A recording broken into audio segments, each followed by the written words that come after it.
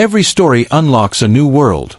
Remember to subscribe, like and share. Let's begin. The glass walls of Alexander Cole's office on the 60th floor of Cole Enterprises gleamed like a fortress, reflecting the jagged Manhattan skyline. At 48, Alexander was a titan of industry, sharp-suited, silver at the temples, with a jawline that could cut diamonds and a reputation to match. His empire, built on tech innovations and ruthless acquisitions, was the envy of Wall Street. Today, he sat at his mahogany desk, reviewing contracts for a $2 billion merger that would cement his legacy. The air smelled of leather and ambition, and the only sound was the soft hum of the air conditioner, until it wasn't. A faint, quivering voice slipped through the cracked window, slicing through the sterile silence. "Please, we haven't eaten in 2 days." Alexander froze, his pen hovering over a signature line. The voice was small, fragile, like a bird with a broken wing. He glanced at the window, then back at the papers. Not his problem. He'd worked too hard to let street noise derail him. But then came another voice, younger, more desperate. "Just $1, please, anything." His chest tightened, an unfamiliar pang he couldn't name. He pushed back his chair and crossed to the window, peering down at the street 600 feet below. The city buzzed, taxis honking, pedestrians swarming, but he couldn't see the source of the voices. Just the usual chaos of New York. He turned back, shaking his head. "Focus, Alex," he muttered, forcing himself to sit. The merger was everything. Lives depended on it, his employees, his shareholders. Not some kids begging for scraps. But the voices lingered, echoing in his mind like a song he couldn't unhear. He tried to read the contract again, but the words blurred. "Please, we haven't eaten." He slammed the pen down, startling his assistant, who poked her head in. "Mr. Cole? Everything okay?" "Fine, Margaret," he snapped too quickly. "Just close the window." She hesitated, sensing the edge in his voice, then nodded and shut the glass. The voices vanished, but the silence felt heavier now, oppressive. Alexander stared at the city below, his reflection staring back, a man who had everything, haunted by two voices he couldn't shake. The contract sat untouched for 10 minutes. Alexander leaned back in his chair, fingers steepled, eyes fixed on the horizon. He wasn't a sentimental man. Sentiment didn't build empires. Yet those voices had clawed into him, unearthing something he'd buried long ago. He stood again, drawn back to the window like a moth to flame. This time, he pushed it open himself, letting the city's roar flood in. Below, near the corner of Fifth Avenue, he spotted them. Two children, no older than 10 and 6, stood huddled against a street lamp. The girl, maybe the older one, had a tangle of dark hair and a jacket too thin for the autumn chill. The boy clung to her hand, his face smudged with dirt, his sneakers torn at the toes. They held a cardboard sign, "Hungry. Please help." The girl's eyes scanned the pavement, as if hoping coins might materialize from the cracks. The boy's gaze darted nervously, like a deer ready to bolt. Alexander's breath caught. They weren't just kids, they were ghosts of his past. He'd been that boy once, scrounging for scraps in Chicago's back alleys, his stomach a constant knot of hunger. He'd clawed his way out, built this tower to escape that life. Yet here it was, staring up at him from the street. "Mr. Cole." Margaret's voice broke his trance. "The board's waiting." He waved her off without turning. "Tell them I need 5 minutes." "Sir, the merger." "5 minutes, Margaret." His tone was steel, but his eyes stayed on the children. The girl bent down, whispering something to the boy, who nodded weakly. A passerby tossed a half-eaten pretzel into a trash can, and the boy's gaze followed it, hungry and hopeless. Alexander's hands clenched into fists. He could walk away. He should walk away. This wasn't his fight. But his feet wouldn't move. Back at his desk, Alexander tried to refocus, but the children's faces burned into his mind. The boy's hollow cheeks, the girl's fierce protectiveness, it was like looking into a mirror from 30 years ago. He'd been 8, orphaned after a car accident took his parents. The foster system had chewed him up, spitting him out onto the streets by 12. He remembered the cold, the hunger, the way hope bled out with every passing day. A memory flashed, vivid and sharp, him, shivering under a bridge, stealing a moldy bread crust from a dumpster. An old man had caught him, not to scold but to offer a warm coat. "You're not alone, kid," the man had said. Alexander had run, too scared to trust. That man's face was long gone, but his kindness had planted a seed, one Alexander had spent decades ignoring. Now, that seed stirred. He pressed his palms to his eyes, willing the memory away. "Get it together," he growled to himself. He had a boardroom full of suits waiting, a deal that could make or break his company. But the children's voices echoed louder than any shareholder's demands. He grabbed his coat. "Margaret," he called, striding toward the door. "Cancel my afternoon." Her jaw dropped. "Sir, the merger. Reschedule it." He didn't wait for her reply, already halfway to the elevator. The boardroom was a sea of polished suits and impatient glances. 12 executives sat around a conference table, tablets glowing with spreadsheets, the air thick with the weight of billions. Alexander strode in, his presence commanding silence. The CEO, a wiry man named Gerald Klein, launched into his pitch. "This merger will redefine our market share, Alex. We're looking at a 30% growth projection by Q3. Alexander barely heard him. The children's voices played on a loop in his head. "Please, we haven't eaten." He glanced at the floor-to-ceiling windows, half expecting to see the kids below, but all he saw was his own reflection, a man trapped between worlds. "Alex." Gerald's voice sharpened. "You with us?" Alexander blinked, forcing a nod. "Go on." Gerald resumed, but Alexander's mind drifted. He saw himself at 12, stealing apples from a market, the vendor's shouts chasing him down the street. He saw the girl's fierce eyes, protecting her brother. What if no one helped them? What if they ended up like he almost had, broken, lost, or worse? "Alex, we need your input on the valuation," Gerald pressed, irritation creeping into his tone. Alexander stood abruptly, his chair scraping the floor. "I need a moment." The room froze. Gerald's eyes narrowed. "Now. We're in the middle of." "I said I need a moment." Alexander's voice was low, dangerous. He grabbed his phone and strode out, leaving stunned silence in his wake. In the hallway, he leaned against the wall, heart pounding. He didn't know what he was doing, only that he couldn't stay in that room while those kids were out there, starving. The elevator ride down felt endless. Alexander's reflection stared back from the mirrored walls, a man in a $5,000 suit, about to step into a world he'd spent decades escaping. The doors opened to the lobby, all marble and chandeliers, and he marched through, ignoring the receptionist's startled, "Mr. Cole." The autumn air hit him like a slap as he stepped onto Fifth Avenue, the city's pulse loud and chaotic. He scanned the street, heart racing. Where were they? The corner by the street lamp was empty. He jogged to the spot, dodging pedestrians, his polished shoes clicking on the pavement. Nothing. Just litter and the hum of traffic. Panic clawed at him. Had they moved on? Been chased off? He spun, searching faces in the crowd, then darted toward an alley beside a coffee shop. "Hey, you seen 2 kids around here?" he asked a hot dog vendor, who shrugged. "Kids come and go, man." Alexander pushed deeper into the alley, his breath shallow. The smell of garbage and stale beer hit him, dragging up memories he'd rather forget. Then he heard it, a soft rustle behind a dumpster. He slowed, peering around the rusted metal. There they were, crouched low, the girl tearing a moldy sandwich in half, handing the larger piece to her brother. "Hey," Alexander said softly, kneeling to their level. The girl's head snapped up, eyes wide with fear. She grabbed the boy's arm, pulling him behind her. "Stay back," she hissed, her voice a mix of defiance and terror. "I'm not here to hurt you," Alexander said, hands raised. "I heard you earlier. I want to help." The boy peeked out, his face pale, eyes huge. "You got food?" he whispered, voice barely audible. Alexander's throat tightened. "Yeah, kid.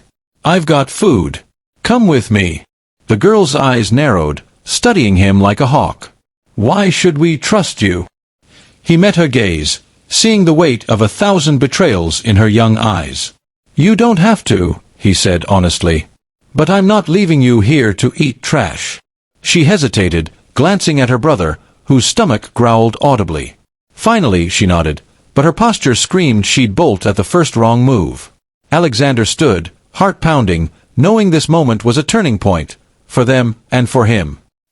Alexander Cole stood at the mouth of the alley, his heart hammering as the city's pulse throbbed around him. The children were gone. The spot by the dumpster, where he'd glimpsed them tearing into a moldy sandwich, was now just a pile of trash and a crumpled cardboard sign. The autumn wind carried a chill that bit through his tailored coat, but it was the absence of those two small figures that made him feel cold. He'd been too slow, too hesitant. Had they run? Been chased off? His polished shoes crunched on gravel as he moved deeper into the alley, eyes scanning every shadow. "Hey, kid!" he called, voice echoing off the brick walls. No answer. He turned back to Fifth Avenue, the crowd swallowing any trace of them. A hot dog vendor nearby was packing up his cart, and Alexander jogged over, breathless. "You seen two kids? A girl, maybe 10, and a boy, younger? They were begging by the street lamp." The vendor, a grizzled man with a Mets cap, barely looked up. "Kids like that. They come and go, man. Probably moved to a better corner." He shrugged, wiping mustard off his hands. Alexander's jaw tightened. "They were here. Hungry. You didn't see where they went." The vendor squinted, sizing him up. "You a cop or something?" "Look, I don't keep tabs on street kids. Try the deli on 52nd. They sneak around there sometimes." Alexander didn't thank him, already moving toward 52nd Street. His mind raced, replaying the girl's fierce eyes, the boy's trembling voice asking for food. He should have stayed with them, should have acted faster. The city felt like a maze now, every corner hiding them, every passerby a distraction. He checked the deli, empty except for a bored cashier scrolling on her phone. He asked a street cleaner, a busker, even a group of tourists. Nothing. Desperation clawed at him. He turned down another alley, this one narrower, reeking of stale beer and rotting fruit. A flicker of movement caught his eye, a flash of torn sneakers behind a stack of crates. He slowed, heart in his throat. "Hey," he said softly, crouching low. "It's me. The guy from before." The crates shifted, and the girl's face appeared, her dark eyes blazing with suspicion. She clutched her brother, who peeked out, his face pale as moonlight. "What do you want?" she demanded, her voice sharp but trembling. "I told you," Alexander said, keeping his distance. "I want to help. You don't have to hide." Her gaze darted to the alley's exit, calculating. "People like you don't just help. What's your deal?" Alexander swallowed, the weight of her distrust hitting like a punch. "No deal. Just, you shouldn't be eating out of dumpsters. Come with me. I'll get you something real to eat." The boy's stomach growled, loud enough to echo in the quiet alley. The girl's resolve wavered, her grip on her brother loosening. She nodded, barely, but it was enough. The alley opened back to the street, and Alexander led the children toward a small diner a block away, its neon sign flickering, "Open 24/7. The girl walked a step behind, her hand locked around her brother's, her eyes scanning Alexander like he might vanish, or worse. The boy, though, kept stealing glances at him, curious but cautious, his torn sneakers dragging on the pavement. Inside, the diner smelled of coffee and fried onions, a warm contrast to the autumn chill. The waitress, a middle-aged woman with a name tag reading Doris, raised an eyebrow at the trio, Billionaire in a pristine suit, two ragged kids, but said nothing as she led them to a booth. The vinyl seats creaked as they sat, the children huddling close together, the girl's arm protectively around her brother. "What do you want to eat?" Alexander asked, sliding a laminated menu across the table. The boy's eyes widened, but the girl pushed the menu back. "We don't need your charity," she said, though her voice cracked with hunger. "It's not charity," Alexander replied, keeping his tone even. "It's a meal. You're hungry. I'm buying. That's it." She stared at him, searching for a lie. Finding none, she relented, nodding at her brother. "Go on, Sammy. Pick something." Sammy hesitated, then pointed at a picture of a cheeseburger and fries. "That," he whispered, voice barely audible. "And you?" Alexander asked the girl. She crossed her arms. "Same. But don't think this means we owe you." "Never crossed my mind," he said, signaling Doris. He ordered 3 cheeseburgers, fries, and milkshakes, his own appetite a distant memory. As they waited, the silence grew heavy. The girl's gaze flicked between him and the door, ready to bolt. "What's your name?" Alexander asked, breaking the tension. She hesitated, then muttered, "Lila." "This is Sammy." "Alexander," he said. "Nice to meet you, Lila." "Sammy." Sammy's lips twitched, almost a smile. Lila's stayed a hard line. "Why re you doing this?" she asked. "Rich guy like you. What's in it for you?" The question stung, but he understood it. "I was you once," he said quietly. "Hungry. Alone. I got lucky. Someone helped me. I'm just paying it back." Lila's eyes softened for a split second before hardening again. "Don't expect us to thank you." "I don't," he said, and meant it. The food arrived, steaming and fragrant, and the children attacked it like it might disappear. Sammy's small hands gripped the burger, ketchup smearing his chin as he took ravenous bites. Lila ate slower, her eyes never leaving Alexander, as if she expected him to demand something in return. Doris, wiping down a nearby counter, watched with a mix of pity and awe, her own eyes glistening. Alexander leaned back, his untouched burger growing cold. He couldn't stop watching them, the way their hunger seemed to carve out pieces of his own buried memories. He remembered nights when a single apple felt like a feast, when he dreamed of a meal like this. But Lila's earlier words echoed, "People only help when they want something." She wasn't wrong. He'd seen enough of the world to know trust was a luxury she couldn't afford. When they finished, Lila wiped her mouth with a napkin, her posture stiff. "Thanks," she said, the word grudging. "But we're leaving now." "Wait," Alexander said, leaning forward. "It's getting dark. You can't go back to the streets. I've got a place you can stay, just for tonight. Safe. Warm." Lila's eyes flashed. "No way. We don't know you. You think we're stupid? You're probably some creep." The accusation hit like a slap, but Alexander kept his voice steady. "I get it. You don't trust me. You shouldn't have to. But I'm not leaving you out there to freeze." Sammy tugged at Lila's sleeve, his voice small. "Lila, I'm tired." "It sounds nice." She glared at her brother, then back at Alexander. "You try anything, we're gone." "I mean it. I wouldn't expect anything less," he said, holding her gaze. "You're in charge, Lila. You say when you leave." She studied him, her young face etched with a lifetime's worth of caution. Finally, she nodded, a single sharp jerk of her head. "One night. That's it." The diner's fluorescent lights buzzed as Doris cleared the plates, her gaze lingering on the children. "You kids okay?" she asked, her voice soft but probing. Lila nodded curtly, but Sammy offered a shy smile. "Best burger ever," he said, and Doris's face lit up. Alexander paid the bill, leaving a tip that made Doris's eyes widen. As they stepped back into the night, the city felt different, sharper, more alive. The children followed him to his sleek black SUV, parked a block away under the watchful eye of his driver, Marcus.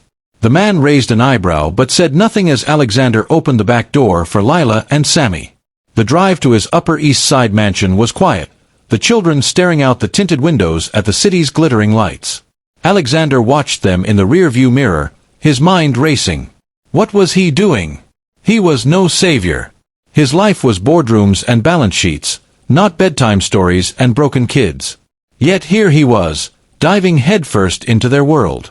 At the mansion, Marcus opened the gates, and the children's jaws dropped. The house loomed like a palace, white stone, sprawling lawns, windows glowing like beacons. But Sammy's voice broke the awe. "It's so big," he whispered. "Don't you get lonely?" Alexander froze, the question cutting deeper than he expected. "Sometimes," he admitted, before he could stop himself. Inside, the marble foyer echoed with their footsteps. Lila clutched Sammy's hand, her eyes darting to every corner, as if expecting a trap. Alexander led them to a guest suite, its plush beds and warm lighting a stark contrast to the alley's grime. "You can sleep here," he said. "There's a bathroom, clean clothes. I'll be down the hall if you need me." Lila said nothing, but Sammy's eyes were heavy with exhaustion. "Thanks, mister," he mumbled, already climbing onto the bed. As Alexander closed the door, he heard Lila whisper to Sammy, "Don't get used to this. We're leaving tomorrow." The words were a knife, but they also steeled his resolve. This wasn't just a meal anymore. It was something bigger. Morning light streamed through the guest room's windows, and Alexander found the children in the kitchen, devouring pancakes his chef had prepared. Lila ate methodically, her eyes still wary, while Sammy grinned, syrup on his chin. "These are better than the diner," he said, then froze, glancing at Lila as if he'd betrayed her by enjoying himself. Alexander sat across from them, sipping coffee. "Sleep okay?" he asked. Lila shrugged. "Fine." Sammy hesitated, then blurted, "The bed was so soft. Like a cloud." Lila shot him a look, but Alexander smiled. "Glad you liked it, Sammy." "Lila, you okay?" She set down her fork, eyes narrowing. "Why do you care? You don't even know us." He leaned forward, choosing his words carefully. "I want to. If you'll let me."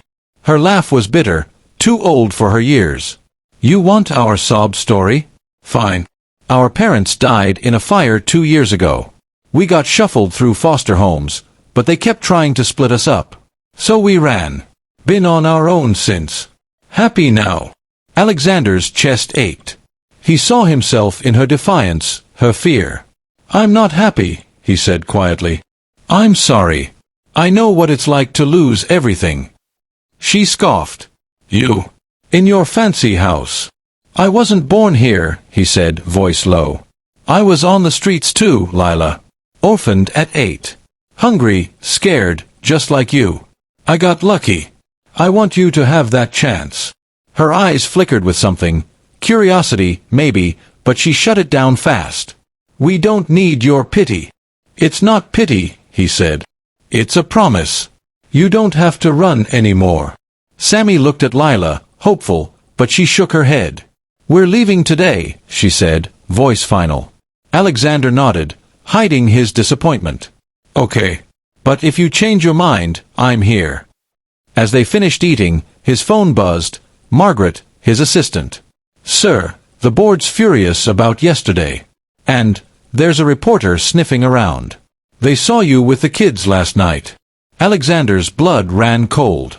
The world was watching now, and he had no idea how to protect them, or himself. The kitchen of Alexander Cole's Upper East Side mansion was bathed in morning light, the scent of fresh coffee mingling with the syrupy sweetness of pancakes. Lila and Sammy sat at the marble island, their plates nearly empty, while Alexander watched them from across the counter. Lila's guarded eyes flicked to the door every few seconds, as if planning her escape, while Sammy's small frame seemed to relax, his fingers sticky with syrup. Alexander's phone buzzed relentlessly. Margaret, his assistant, no doubt with more fallout from his abrupt exit from yesterday's merger meeting, but he ignored it. These kids were his focus now. "Lila," he said, setting down his coffee mug, "you and Sammy can't go back to the streets. It's not safe." Lila's fork froze mid-air, her eyes narrowing. "We've been fine on our own. We don't need you." "You're surviving," Alexander said, voice steady but firm. "That's not the same as living. Stay here. Just for a few days. There's food, beds, safety. You can leave whenever you want." Sammy looked at Lila, his voice barely a whisper. "It's warm here, Lila. And the food." She shot him a look that silenced him, then turned to Alexander. "What's the catch? You want us to be your charity case? Parade us around for your rich friends?" Alexander's jaw tightened, but he kept his tone even. "No catch. No parade. I know what it's like to have nothing. I want you to have a chance." Lila scoffed, but her eyes betrayed a flicker of doubt. "You don't get it. People like you don't keep promises.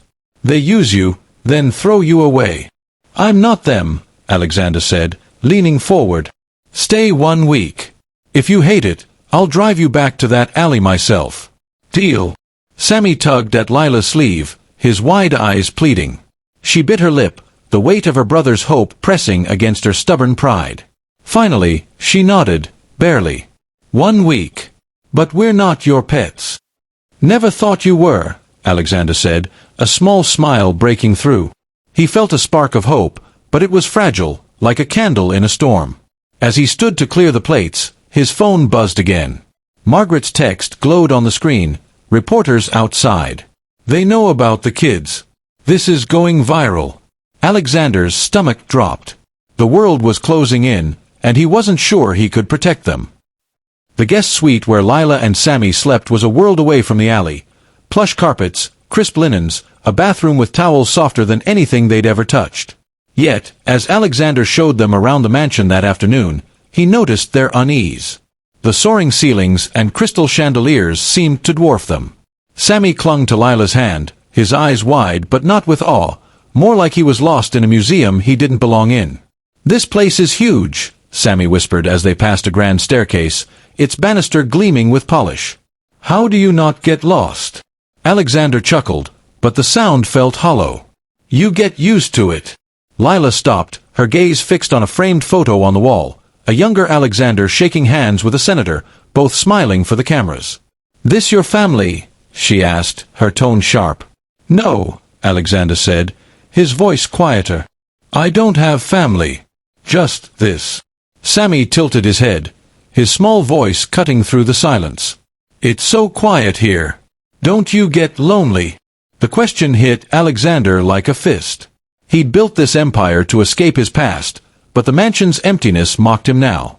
"Sometimes," he admitted, his throat tight. "But it's better than where I came from." Lila's eyes softened for a moment, but she turned away, pulling Sammy along. "Come on, Sammy. Let's find the kitchen again." As they wandered off, Alexander's housekeeper, Elena, approached, her expression uneasy. "Mr. Cole, there's a crowd outside. Reporters, cameras. They're calling you the billionaire savior. Some are saying it's a publicity stunt." Alexander's hands clenched. "Keep them out," he said, his voice low. "And make sure the kids don't see." But as Elena nodded and hurried away, Alexander knew the storm was only beginning. The world didn't just want a story, they wanted to tear it apart. By evening, the mansion felt like a fortress under siege. Alexander stood at his study window, watching the news vans parked beyond the gates, their lights glaring like predators' eyes. His phone was a minefield of notifications. Missed calls from Gerald Klein, the CEO, texts from Margaret about rescheduling the merger, and headlines popping up online. Billionaire takes in street kids, hero or hypocrite. Inside, the staff moved quietly, their whispers trailing like smoke. Elena spoke in hushed tones to the chef in the kitchen. "Why's he doing this? He's got enough problems with the merger. These kids, it's trouble." The chef shrugged, flipping a steak on the grill. "Maybe he's bored. Rich guys do weird things for attention." Alexander overheard them as he passed, his chest tightening. They didn't understand. This wasn't about attention, it was about redemption, about proving to himself he wasn't the cold, calculating man the world saw. He found Lila and Sammy in the living room, sprawled on a couch, watching a cartoon on a massive TV. Sammy giggled at the screen, but Lila's eyes were distant, her arms crossed. "Everything okay?" Alexander asked, sitting on the armrest. Lila didn't look at him. "Your people think we're a problem." "I heard them." Alexander's heart sank. "They're wrong. You're not a problem. You're welcome here." She snorted. "Yeah, right. We don't belong in your fancy world." Before he could respond, his phone rang. Margaret again. He answered, keeping his voice low. "What now?" "Child Protective Services is at the gate," she said, her voice tense. "They want to see the kids. Now." The CPS worker stood in the foyer, a stern woman in a gray blazer, clutching a clipboard like a shield. Her name was Ms. Hargrove, and her eyes scanned the mansion with barely concealed judgment. Lila and Sammy stood behind Alexander, Sammy clinging to Lila's hand, his face pale. Lila's jaw was set, her eyes burning with defiance. "Mr. Cole," Ms. Hargrove began, her voice clipped, "we've received reports about 2 minors in your care. We need to ensure their safety and determine their legal status." "They're safe here," Alexander said, his tone calm but firm. "They were starving on the street. I gave them food, a place to sleep. That's all." Ms. Hargrove's pen scratched against her clipboard. "You're not their guardian. Taking in minors without authorization is highly irregular. We'll need to take them into custody until we can locate their family." Lila's grip on Sammy tightened, and he whimpered, "No, Lila, don't let them take us." Alexander stepped forward, shielding them. "They stay with me. They've been through enough. You're not splitting them up." Ms. Hargrove's eyes narrowed. "This isn't your decision, Mr. Cole. The state failed them," Alexander snapped, his voice rising. "They ran away because foster homes kept trying to separate them. You think I'm the problem here?" The room fell silent, the air thick with tension. Lila's eyes flicked to Alexander, a mix of surprise and something softer. Trust, maybe, for the first time. Ms. Hargrove adjusted her glasses, unfazed. "We'll need to conduct an investigation. For now, the children come with us." Sammy burst into tears, burying his face in Lila's side. Lila glared at Ms. Hargrove, her voice low and fierce. "We're not going anywhere." Alexander knelt beside them, his voice steady. "I'm not letting them take you. I promise." But as Ms. Hargrove called for backup, he knew this fight was far from over. The courtroom was a sterile box of wood paneling and fluorescent lights, packed with reporters and curious onlookers. Alexander sat at the defendant's table, his lawyer beside him, while Lila and Sammy huddled in the back, a social worker keeping watch. It had been 3 days since CPS's visit, and the case had exploded into a media frenzy. Headlines screamed, "Billionaire battles for orphans' custody and Cole's charity, genuine or gimmick?" The judge, a gray-haired woman with a no-nonsense stare, peered over her glasses. "Mr. Cole, you're seeking temporary custody of these children. Explain why you believe you're suitable." Alexander stood, his heart pounding. He'd faced boardrooms and billion-dollar deals, but this was different. This was personal. "Your Honor," he began, his voice steady, "I found Lila and Sammy starving on the street, eating from a dumpster. They've lost their parents, their home, everything. They've been running because the system failed them, tried to split them up. I'm asking for the chance to give them stability, safety, a home." The prosecutor, a sharp-eyed man in a cheap suit, stood. "Mr. Cole has no experience with children, no legal ties to them. This appears to be a publicity stunt to salvage his image amid a failing merger." The room buzzed, cameras flashing. Alexander's fists clenched, but he kept his gaze on the judge. "This isn't about my image," he said, his voice breaking. "I was an orphan too.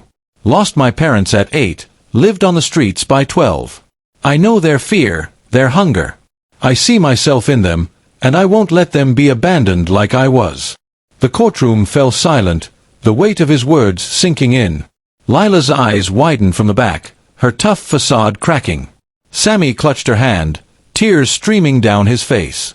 The judge's expression softened, but she leaned forward. "Mr. Cole, your intentions may be noble, but this is a legal matter. We'll need evidence of your suitability." Alexander nodded, his resolve hardening. "I'll do whatever it takes." As the hearing adjourned, Lila caught his eye, her voice barely audible. "You meant that? About being like us?" "Every word," he said, and the look in her eyes told him she was starting to believe him. The judge's gavel fell like a thunderclap, echoing through the packed courtroom. Alexander Cole stood rigid at the defendant's table, his heart pounding as the judge's voice cut through the murmurs. "Temporary custody of Lila and Sammy Martinez is granted to Mr. Alexander Cole, pending further evaluation." A wave of relief washed over him, but it was short-lived. Lila and Sammy, seated in the back with their social worker, exchanged a glance, Lila's wary, Sammy's hopeful. The reporters scribbled furiously, cameras flashing, already spinning the story into headlines. "Billionaire wins custody battle for orphans." As Alexander left the courtroom, his lawyer, a seasoned woman named Claire, gripped his arm. "You got what you wanted, Alex, but this is just the start. The media's circling, and your board's livid about the merger delay. This could cost you." "Let it," he said, his voice low but resolute. He glanced back at Lila and Sammy, who were gathering their small backpacks, their eyes wide in the chaos. He'd won this round, but at what price? Back at the mansion, the air felt different, charged, fragile. Lila and Sammy sat on the living room couch, The TV muted, its glow casting shadows on their faces. Alexander knelt in front of them. "You're staying here," he said. "For now. You okay with that?" Sammy nodded, a small smile breaking through. "Yeah. It's nice here." Lila's jaw tightened. "It's not permanent," she said, more to herself than to him. "Don't get used to it, Sammy." Alexander's chest ached, but he nodded. "You set the rules, Lila. I'm just glad you're safe." His phone buzzed. Gerald Klein, the CEO. Alexander answered, bracing himself. "Alex, what the hell are you doing?" Gerald's voice was a growl. "The merger's on life support. Investors are pulling out. They think you're distracted by this stunt with the kids." "It's not a stunt," Alexander snapped. "They're kids, Gerald. They needed me. And your company needs you." Gerald shot back. "You're risking everything for 2 strays. The press is digging into your past now. Old lawsuits, your family's mess. This could ruin you." Alexander hung up, his hand shaking. The room felt smaller, the walls closing in. He looked at Lila and Sammy, their faces lit by the TV's flicker, and knew he couldn't turn back. But the cost was mounting, and the world was watching. The next morning, Alexander found Lila and Sammy in the dining room, picking at a breakfast of eggs and toast. The tension from the courtroom lingered, but he forced a smile. "Got plans today?" he asked, trying to lighten the mood. Lila snorted. "What, like we're your kids now? We don't do plans." Sammy's eyes lit up. "Can we go somewhere? Like a park?" Alexander hesitated. The media was still camped outside, and every move he made was scrutinized. But Sammy's hopeful gaze was impossible to resist. "Not a park," he said. "Something better." An hour later, they stood outside a high-end restaurant on Madison Avenue, its glass doors reflecting the city's bustle. Lila and Sammy wore new clothes, jeans and sweaters Alexander's staff had bought, but they still looked out of place, their sneakers scuffing the polished sidewalk. Lila crossed her arms. "This is dumb. We don't belong here." "You belong anywhere you want," Alexander said firmly. "Hold your head up. You're not less than anyone in there." Inside, the restaurant was a world of clinking glasses and soft jazz, its patrons dripping in wealth. Heads turned as Alexander led the children to a table, their stares heavy with judgment. A waiter hesitated, then approached. "Sir, this is a family establishment," he said, glancing at Lila and Sammy's slightly rumpled appearance. "They're my family," Alexander said, his voice like steel. "Bring us the menu." Lila's eyes widened, and Sammy grinned, sitting a little taller. As they ordered, steak for Sammy, pasta for Lila, Alexander watched them transform. Lila's shoulders relaxed, and Sammy's laughter rang out when the waiter brought a towering dessert. For the first time, they looked like kids, not survivors. Alexander's heart swelled, but the moment was fleeting. His phone buzzed with a news alert. Cole's past exposed, family feuds and shady deals. The press had found dirt, and it was spreading like wildfire. The mansion's gates couldn't keep the world out forever. 2 days after the restaurant outing, a man arrived at the doorstep, his cheap suit and slicked-back hair screaming opportunist.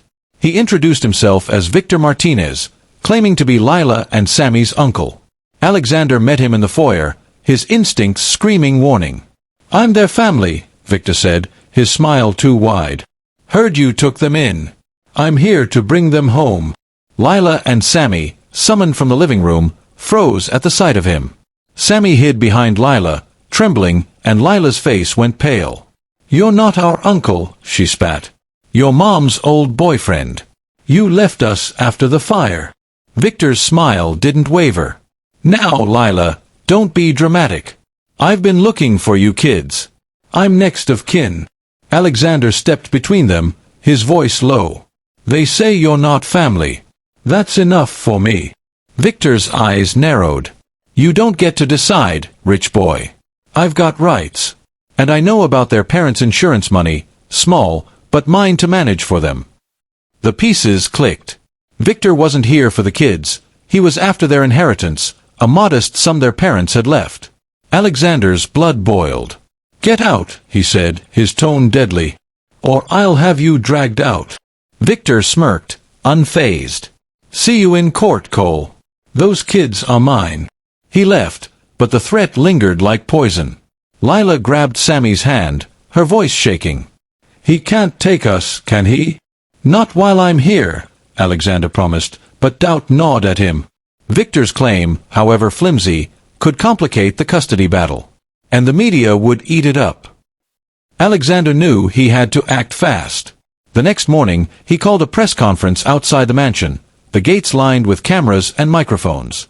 Lila and Sammy stayed inside, watching from a window as Alexander faced the swarm of reporters. His suit was impeccable, but his eyes burned with purpose. I'm here to set the record straight, he began, his voice carrying over the crowd. Lila and Sammy aren't a publicity stunt. They're children who lost everything, and I'm fighting for them because no one else did. A man claiming to be their uncle, Victor Martinez, is after their parents' inheritance, not their well-being. I've hired investigators, and we've uncovered his record: fraud, theft, abandonment. He's no family to them. The reporters erupted, shouting questions. What about your own past, Mr. Cole? One called. Lawsuits. Family disputes. Alexander's jaw tightened, but he didn't flinch. I'm not perfect. I was an orphan, fought my way up, made mistakes. But this isn't about me. It's about two kids who deserve a chance. The conference went viral, shared across social media with hashtags like #BillionaireHero and #SaveLila and Sammy. Public opinion shifted, with thousands praising Alexander's stand. But inside the mansion, Lila remained skeptical. You told the whole world about us, she said, her voice sharp. What if he comes back? Then I fight harder, Alexander said, meeting her gaze. I'm not losing you. Months later, the courtroom was quieter, the media frenzy subdued. Alexander stood before the same judge, Lila and Sammy beside him this time, their hands clasped tightly. The adoption papers lay on the table, a culmination of battles fought, against Victor, the press, and Alexander's own doubts. Victor's claim had collapsed under scrutiny, his criminal record exposed, and CPS had cleared Alexander as a guardian. The judge smiled, a rare warmth in her eyes. Mr. Cole, you've proven your commitment. The adoption is granted.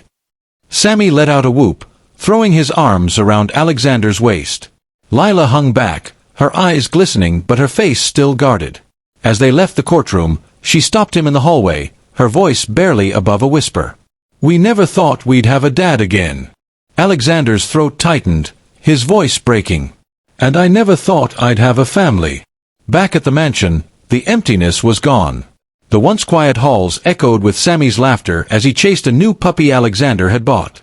Lila, still cautious, joined in, her smile tentative but real. Alexander watched from the doorway, his heart full. The merger had survived, his empire intact, but this was his legacy. The YouTube video ends with a clip of the three of them in the backyard, laughing as the puppy bounds between them. The screen fades to black with text. Sometimes, family isn't born, it's built. Viewers are left in tears, hitting the share button, the story's emotional weight lingering long after the video ends. The end.